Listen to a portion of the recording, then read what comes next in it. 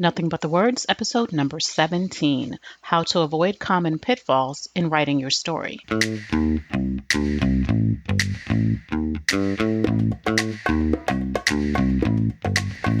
Welcome to Nothing But the Words, the podcast that gives you everything you need to know to write a phenomenal book. Now here's your host, your author coach, Candace L. Davis.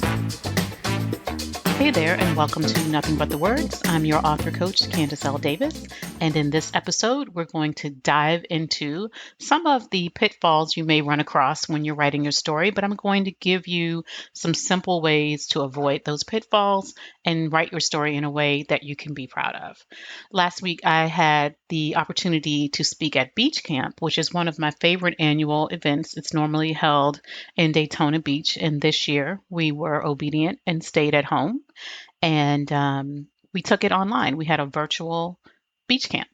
It is an opportunity for women to come and learn. It is ladies only from other women in business. So I was just one of about a dozen, maybe a little more, female entrepreneurs who spoke on a wide variety of subjects.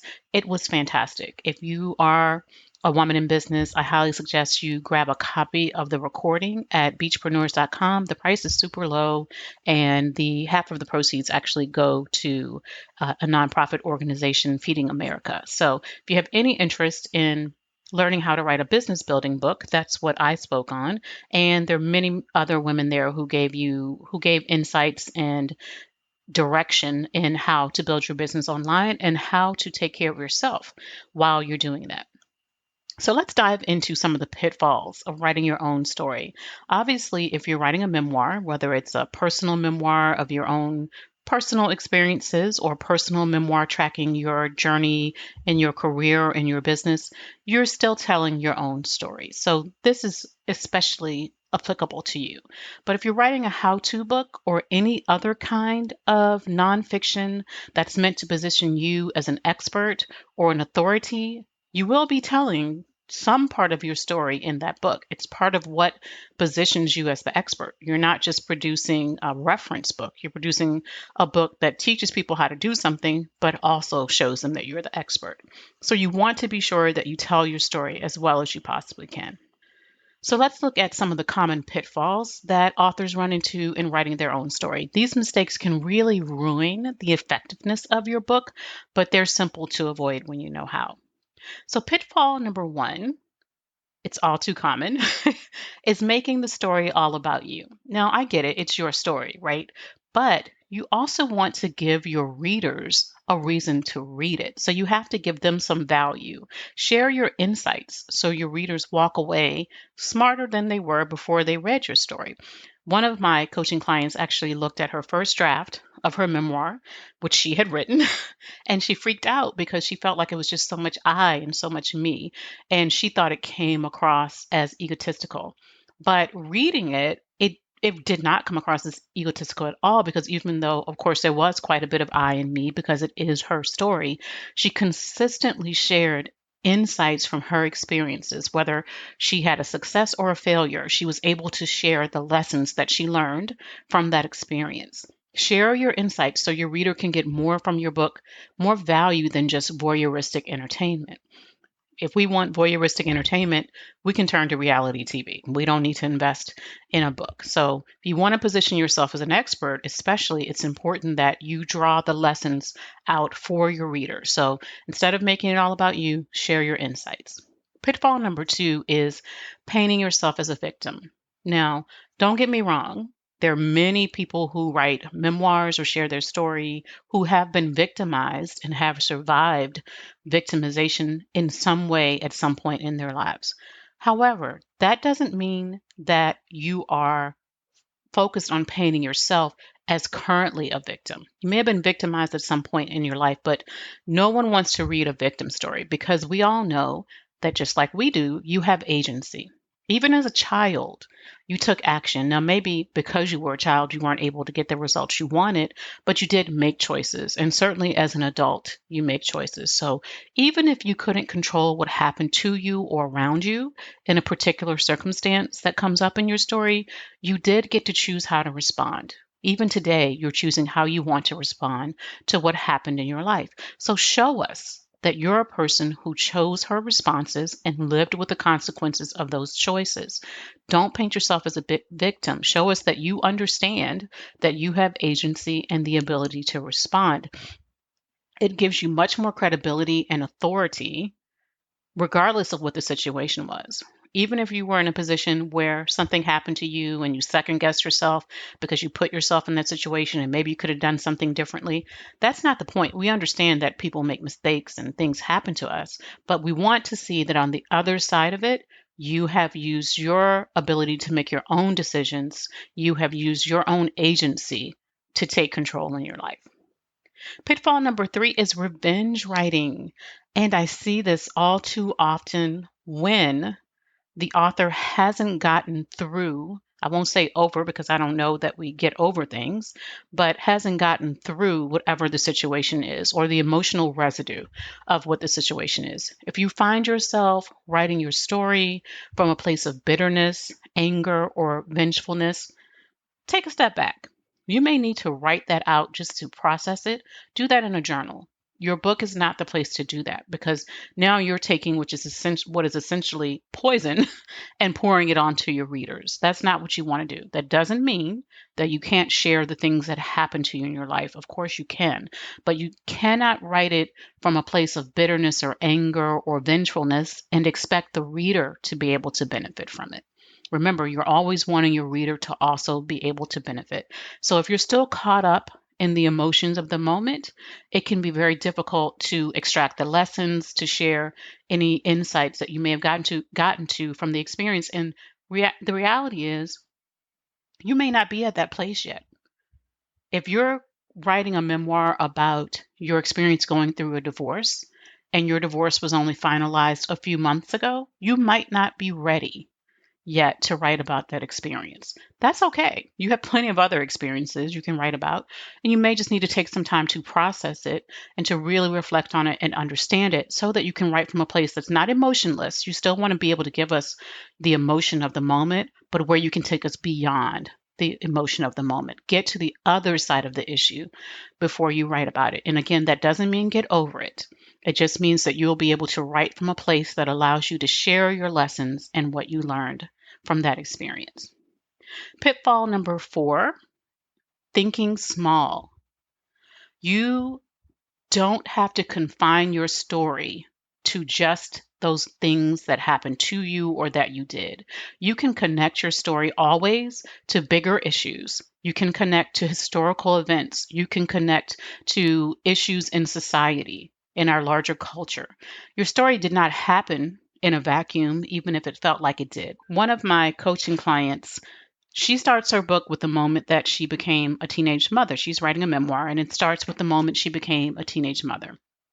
However, she doesn't just talk about her experience in finding out she was 15 and going to have a baby, or how her parents reacted, or what happened in her ability to be able to go to school. She does share all of that, but she also connects this pivotal experience in her life, to the larger cultural issue at that time, which was an explosion in teenage pregnancies. It was the era of just say no to drugs. There was the beginning of all this abstinence education, and teenage pregnancy was exploding. So she's able to give her story more gravitas and more relevance by talking about the bigger issues. Her book doesn't become all about the bigger issue, but she brings that into her story so that people understand that it's not just about one person. This one person is representative of hundreds, if not thousands, of other people who were in similar situations. So take your story, however small it may be or however big it may be, and connect it to bigger issues, historical events or societal issues.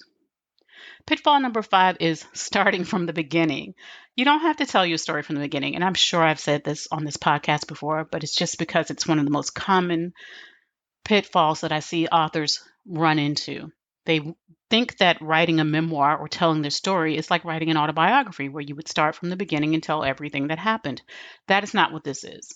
You want to start with a moment that matters, whether you're writing your memoir or you're sharing your story in the introduction of your how-to book so people understand why they should listen to you. Start with the moment that matters. You never, ever, ever need to start your story with the moment you were born unless that was a pivotal event. So, if, say, you sustained a life changing injury at birth, that would be a story you would tell. Or if you sadly, God forbid, lost your mother in the process, then it might be relevant to share the story of the moment you were born. Otherwise, we were all born. We get it. You're here.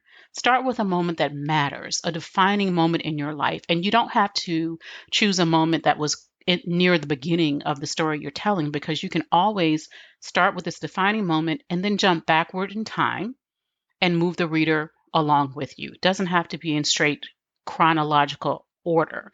The more important thing is to give us a moment that matters so you draw us in immediately and make us want to read more of your story.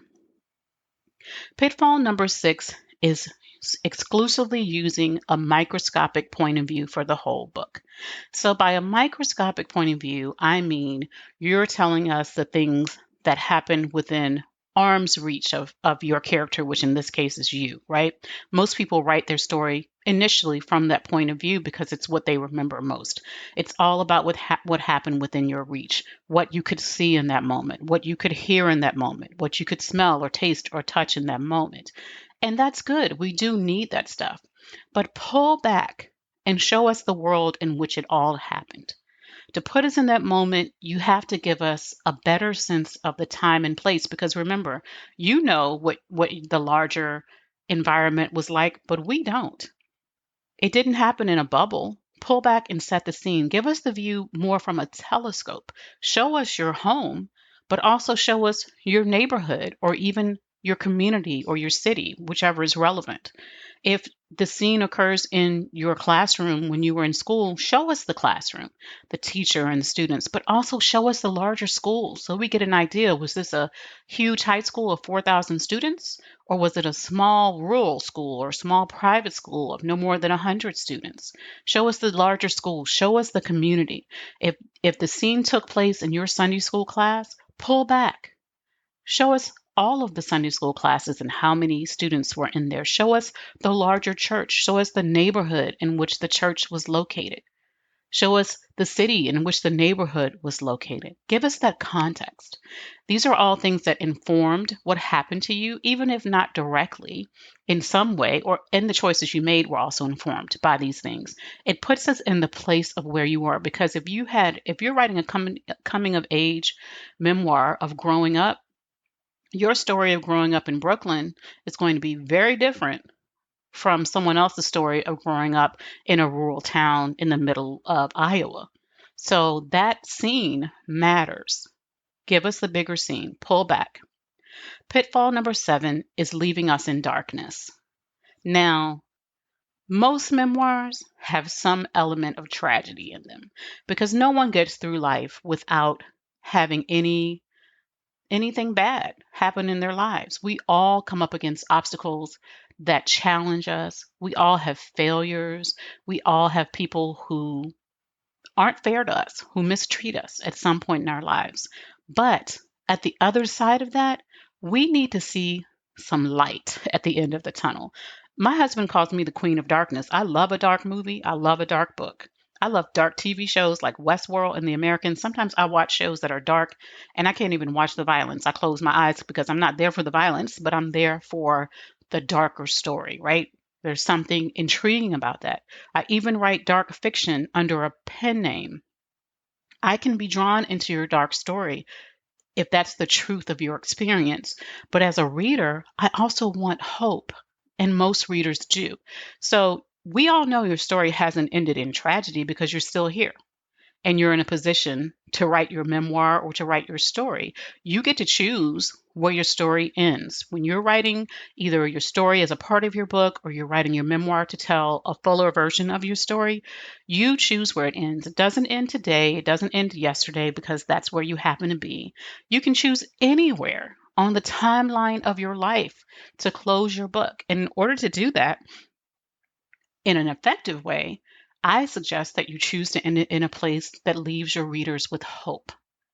If your lesson is that life is hard and then you die, then you can end it in a dark space. But if you want to give your readers any kind of positive lesson, you can't do that if you end your book in a place that leaves them feeling like they're still in darkness. It just won't be effective.